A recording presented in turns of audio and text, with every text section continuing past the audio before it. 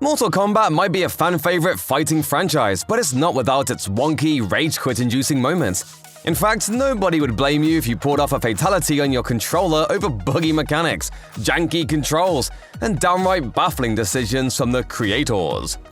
Although Mortal Kombat 1 has been widely seen as a return to form for the Mortal Kombat franchise, its daily and weekly quests have been a source of contention. Players are supposed to be able to earn in-game rewards by meeting certain requirements during play, like landing a certain number of uppercuts in a day, pulling off a number of fatalities per week, etc. Frustratingly though, many of these quests have been buggy and unresponsive. Players have complained of their accomplishments not registering, such as one player who said the number of uppercuts they landed kept resetting, making the quest impossible to turn in.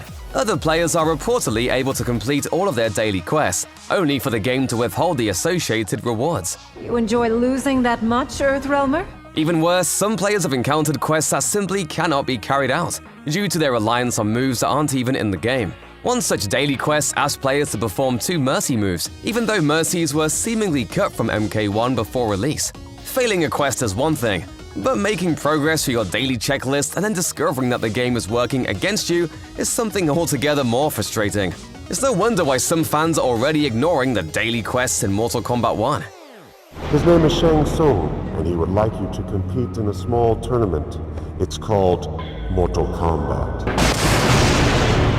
No matter which way you slice it, Mortal Kombat Mythology's Sub-Zero is a true low point of the franchise. The 1997 game was one of a few early attempts to create spin-offs of the main Mortal Kombat series that embraced different gaming genres.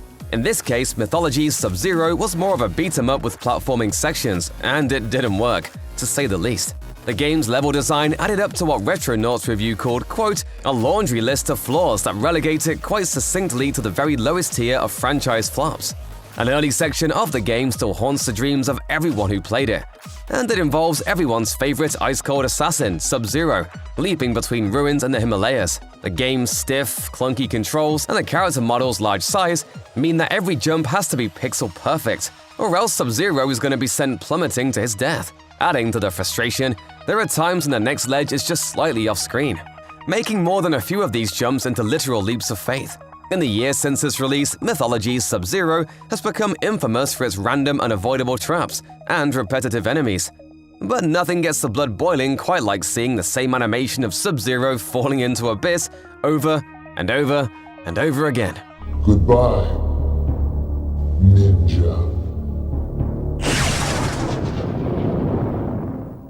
The Mortal Kombat series has incorporated secret unlockable characters from the very beginning, starting with Reptile's appearance in 1992's Mortal Kombat.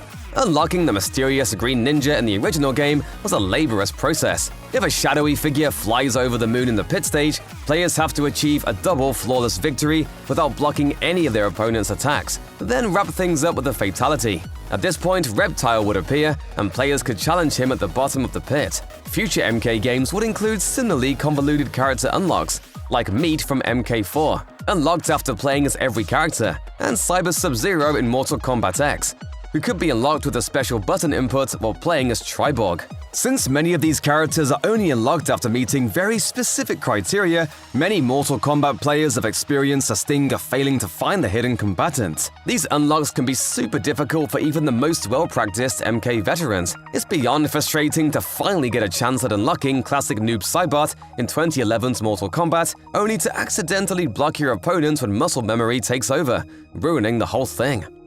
Depending on who you ask, Mortal Kombat vs. DC Universe is better than its reputation suggests. Yes, it's weird that the game mostly excised the series' classically nasty fatalities in favor of more family-friendly brutalities, but the mechanics of the game are overall sound, unless you're going up against a particularly cheap or skilled Flash player, that is.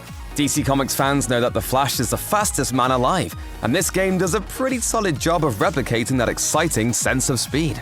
Most of his attacks are built around zipping around his opponents in a whirlwind of movement, keeping them disoriented and open to further strikes. One of his special moves involves running past the enemy multiple times and spinning them around, while another takes the form of a series of high-speed punches. Due to the sheer speed of Flash's moves, it can be especially difficult for newer players to counter or block them. If you find yourself going up against a Flash player who really knows what they're doing, the results can be truly devastating. It's hard not to feel a bit of rage brewing when the Flash gets you trapped in a combo that lasts for dozens of hits. Those were $500 sunglasses. Yes, this is about a movie and not one of the video games, but it's no less a sore spot for longtime Mortal Kombat fans. Lyndon Ashby's performance as self-obsessed action hero Johnny Cage is still seen as one of the highlights of the 1995 Mortal Kombat film adaptation, which is why it's such a shame that the film's sequel did the character so dirty. Much like most of the returning characters from the first movie, the role of Johnny Cage was recast with a new actor. Chris Conrad took over the role from Lyndon Ashby, but that wasn't the main problem for fans of the original. Despite being a fan-favorite character and one of the main heroes of the first film, Johnny enjoys just under a minute of screen time in 1997's Mortal Kombat Annihilation. He manages to speak a few words and fails to land a shadow kick before being quickly and brutally murdered by the villainous Shao Kahn. It's a moment that fans still see as a major misstep, one that the film never quite recovers from. Upon seeing their favorite character first recast and then killed in such an unceremonious fashion, nobody would blame fans who walked out of the theater or popped their tape out of the VCR and never looked back.